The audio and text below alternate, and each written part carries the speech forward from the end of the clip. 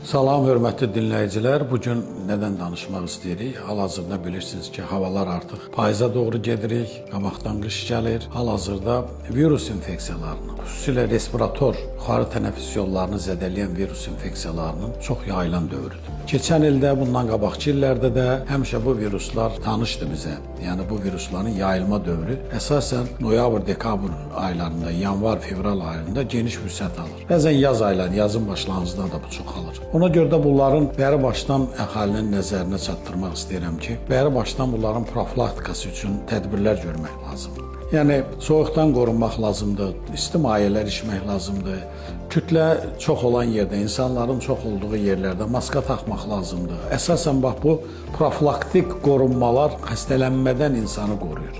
Amma xəstələndinsə artıq dərhal həkimə müraciət eləməyə məsləhət bilirəm və yeri gəlmişkən onu demək istəyirəm ki, özbaşına müalicələr vaxtından əvvəl yersiz olaraq antibiotiklərin qəbul olunmasını məsləhət görmürəm və elmi də bunu məsləhət görmür. Hal-hazırda protokollar da yuxarı tənəffüs yollarının virus infeksiyalarının müalicəsinə dair klinik protokollarda da onlar nəzərdə tutulmur. Yalnız tibbi göstəriş olduqda hərarət, uzun müddətli, davamlı hərarət, bəlğəm ifrazı, artıq ağciyərin, bronxların cəlb olunduğu ikincili infeksiyalar baş verdikdə onda antibiotikin qəbuluna ehtiyac duyulur. Mən dinləyicilərə demək istəyərdim ki, həmin viruslarla xəstələndikdə istər uşaq olsun, istər böyüklər olsun, dərhal o virus panelini yoxlatdırmaq məsləhətdir. Virus paneli 6-ya qədər yuxarı tənəffüs yollarını zədələyən virusları yoxlayır, qanda yoxlayır, daha doğrusu boğazdan yaxma ilə götürür.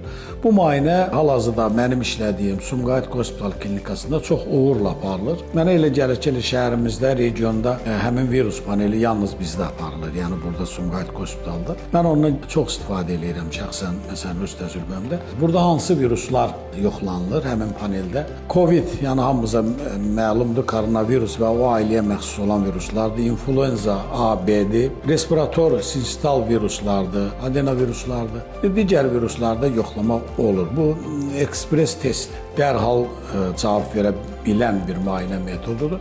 Bunu məsləhət bilirəm. Və müalicədə də mütləq həkim təyinatı ilə dərhal lazım olmayan bir neçə vitaminlərdir, ribaksindir, deksametazondur, dimidrol, bəzi məhlullara qarışdırılır sistem adı ilə. Bunların yerli yersiz demək olar kütləvi hal yaranıb, çox təəssüf eləyirəm.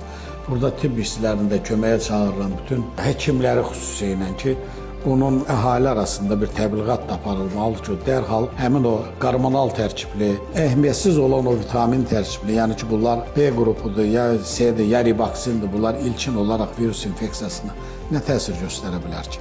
Yəni bunların ehtiyac yoxdur. Ona görə də ilk olaraq qoy təyin olunsa da həkim tərəfindən təyin olunsun. Bəlkə də lazımdır bu.